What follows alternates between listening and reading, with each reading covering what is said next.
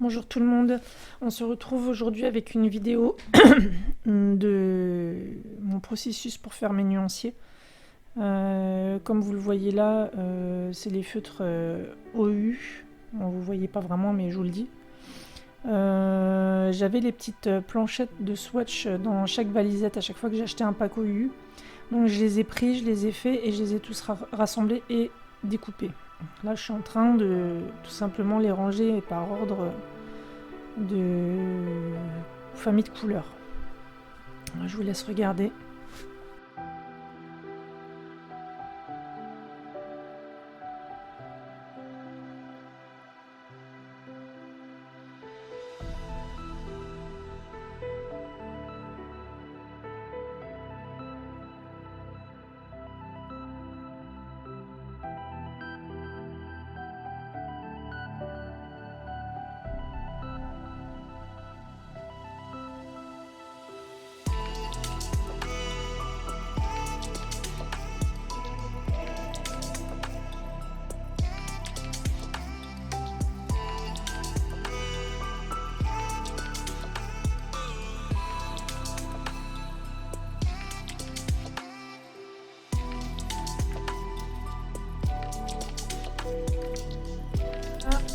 Je commence tout simplement à les classer.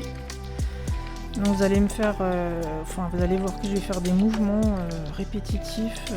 Je vais enlever, je vais remettre, je vais enlever, je vais remettre, etc. Jusqu'à temps que ça me plaise en fait et que ça soit cohérent avec ma façon de faire mes nuanciers. Après, faites comme vous en avez envie parce qu'on a chacun notre façon de faire et de classer nos couleurs. Moi par exemple, j'ai tendance à toujours les mettre les couleurs peau en premier et par après le reste des couleurs. Tout simplement parce que j'ai commencé comme ça et que j'ai toujours continué à le faire comme ça. Et puis comme je fais souvent des portraits, je sais pas. Enfin, je pense que je me suis organisée comme ça pour une question de façon de faire. Donc ça doit être personnel à chacun, je pense. Donc je vous laisse regarder. Je vous souhaite bon courage d'ailleurs pour la vidéo parce que ça va être long. Bonne chance!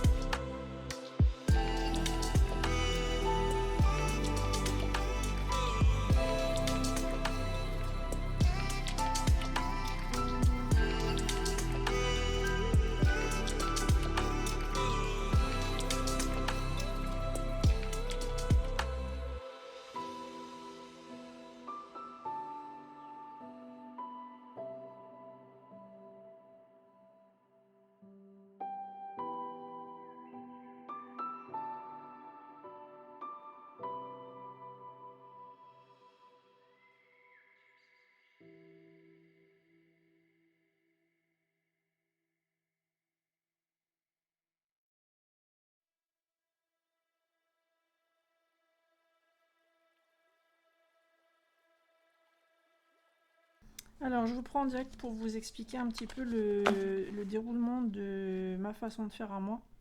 Par exemple, là, le V030.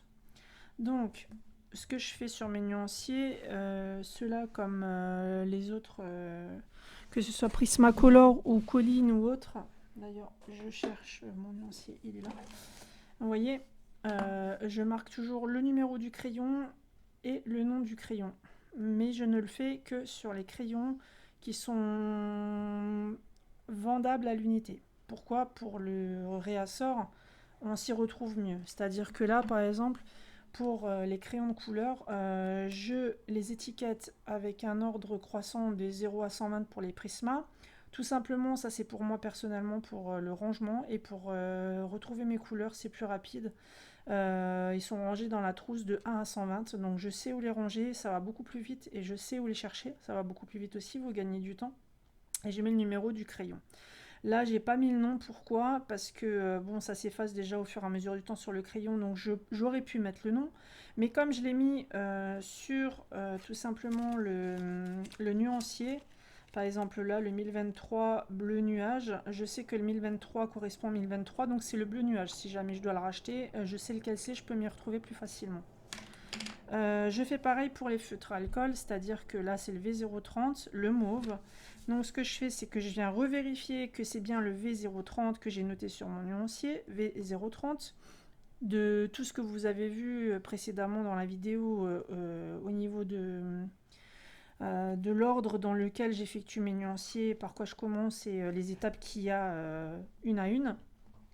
Donc je regarde si c'est bien le V030, je revérifie, c'est la troisième ou quatrième fois que je vérifie par rapport du début du nuancier où j'ai commencé avec les étiquettes jusque là. Et le mauve, donc relisez-vous plusieurs fois pendant votre périple du nuancier parce que sinon vous risquez de vous tromper. Sachant que le 105 c'était le précédent, là c'est le 106. Donc ce que j'ai fait, c'est que j'ai pris l'étiquette 106 et je l'ai collé là. Le 106 il me sert à quoi à côté? Vous allez me dire pourquoi est-ce qu'elle note tous charabia, ça sert à quoi? Bah déjà les OU sont rechargeables maintenant et vous pouvez les acheter à l'unité sur le site OU. Donc sachant que le 106 correspond à l'ordre de rangement que je vais avoir tout simplement sur mon bureau dans les casiers actions que j'avais précédemment dans le passé et que j'avais revendu parce que j'ai gardé les casiers pour ranger mes OU. Donc ils seront rangés dans l'ordre croissant, plus facile pour chercher, plus facile pour ranger aussi, plus rapide. Pourquoi je les ai mis de ce côté-là? Alors, le OU, il est fait de cette manière-là, c'est-à-dire, je vais vous mettre un fond noir pour que vous puissiez voir un peu mieux. Le crayon, le feutre tout simplement a un côté où le bouchon touche le corps du feutre blanc, donc il n'y a pas d'espace, et vous avez l'autre côté où il y a une petite bague. La petite bague correspond à l'embout pointe fine ou pointe biseautée qui sont rarement utilisées. Moi personnellement c'est les pointes broche que j'utilise le plus. Les détails pour les pointes fines et les pointes biseautées que j'ai aussi pour les fonds pour aller plus vite, ça va plus vite. Et du coup je mets la pastille du côté de la pointe broche. Pourquoi? Parce qu'ils vont être rangés dans ce sens et je sais que là où j'ai ma pastille, j'ai pas besoin de regarder sur mon feutre où est la pointe broche pour pouvoir ouvrir mon feutre. Je me repère plus facilement et pareil c'est un gain de temps, c'est-à-dire là où il y a l'étiquette je peux enlever le bouchon et je peux colorier, je suis sur ma pointe broche. Donc là ce que je vais faire avec vous c'est que je vais vous montrer en temps réel cette bande là et cette bande là. Le reste je vais le faire en accéléré un tout petit peu, un tout petit bout, je vous ferai pas tout le reste du nuancier. Comme ça vous allez voir quelle fréquence et en fait la chronologie de ma façon de revérifier le crayon, de le numéroter, de revérifier le nom, de le marquer ici pour ne pas me tromper, pour pas refaire le nuancier parce que un nuancier c'est chiant à faire mais une fois que vous l'avez franchement c'est top parce que c'est comme votre trousse si elle n'est pas rangée c'est le bordel, vous vous y retrouvez pas, ben un nuancier c'est la même chose, si vous n'avez pas de nuancier on a tendance à aller toujours sur les mêmes crayons, c'est ce qui s'est passé avec le U, je les ai depuis plus d'un an et j'utilise tout le temps les mêmes couleurs, malheureusement très peu par rapport à ce que j'ai. Parce que j'avais pas fait le nuancier, donc fallait bien à un moment donné que je me décide et que je me jette à l'eau, donc maintenant c'est en train de se faire.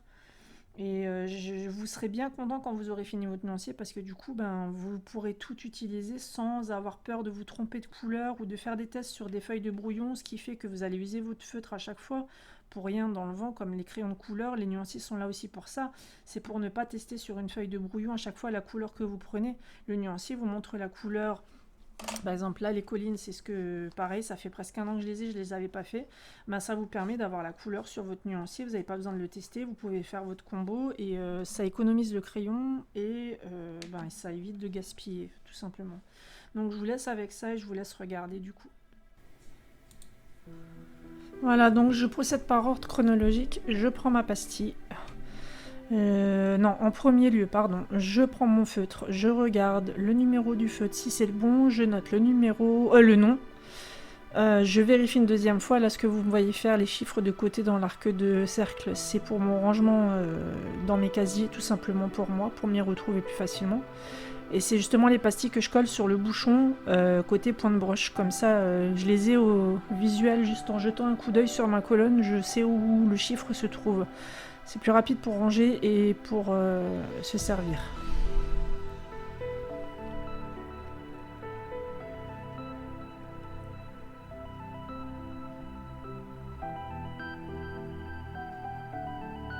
Là, vous voyez que le V210 est vide tout simplement parce que j'avais oublié certains feutres et je les retrouvais plus. Je les ai retrouvés, donc j'ai dû recommencer tout mon nuancier en fait pour pas qu'il y ait de décalage. Ah ouais, c'est comme ça quand vous êtes toqué.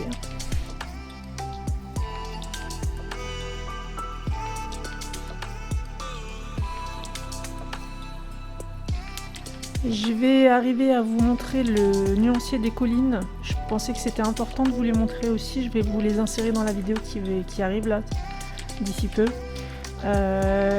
Vous y trouverez uniquement les chiffres du crayon et pas le nom parce que c'est écrit en coréen. Donc moi je sais pas lire le coréen.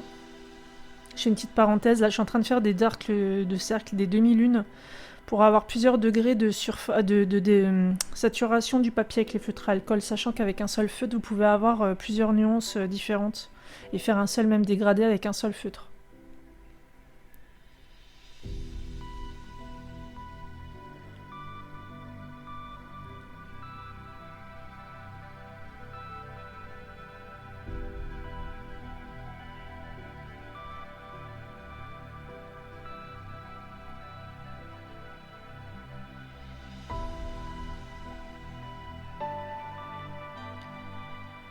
Voilà, donc les collines, juste le chiffre, sachant qu'ils ne se vendent pas à l'unité, donc ça pose pas de problème du tout.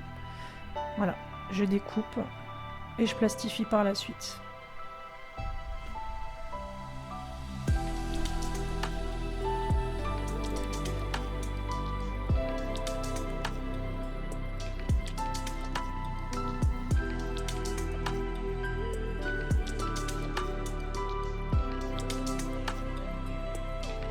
Voilà, je vous retrouve donc à la fin de cette vidéo pour vous montrer un peu le rendu au niveau de la plastification.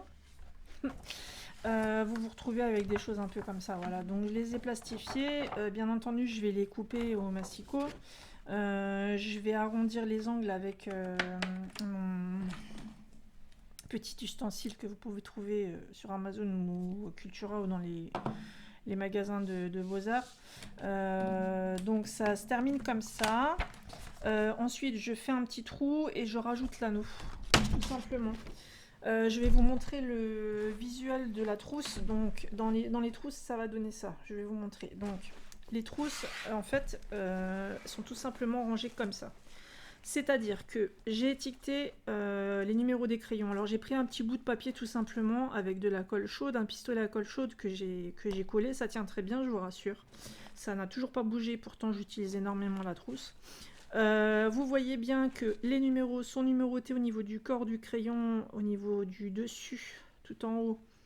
Ça, ces chiffres-là concernent uniquement le rangement de la trousse pour gagner en rapidité et en rangement. C'est-à-dire que quand vous avez fait un colloque, vous avez 20 ou 30 crayons dehors, pour les ranger, c'est beaucoup plus rapide. Vous savez où ils vont, vous perdez moins de temps et c'est vraiment très efficace.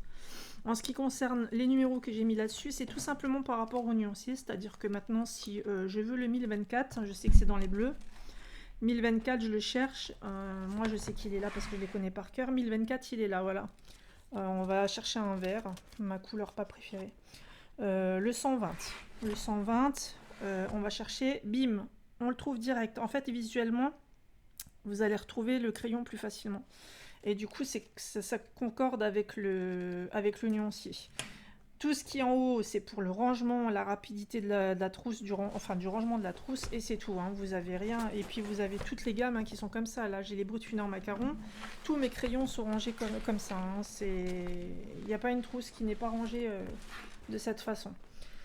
Je vous mettrai à la fin de la vidéo un visuel de là où j'ai rangé mes nuanciers et de justement le rangement des feutres OU, pardon, excusez-moi, mais c'est le soir. Des feutres OU, justement, je vous montrerai comment ils sont rangés et où ils sont posés. Voilà, je vous laisse, j'espère que cette vidéo vous aura plu et qu'elle va être utile à certaines personnes. C'est peut-être pas la bonne façon de faire ou la plus pratique ou la meilleure, mais c'est ma façon à moi depuis 2016 et franchement, je n'ai jamais changé de technique et j'ai toujours gagné en temps.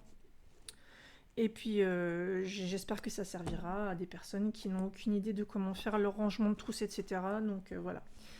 Je vous remercie pour ceux qui ont regardé, qui ont eu la patience de regarder la vidéo en entier, bien sûr. Et je vous dis à bientôt pour un speed coloring, je pense. Bonne soirée à tous. Salut!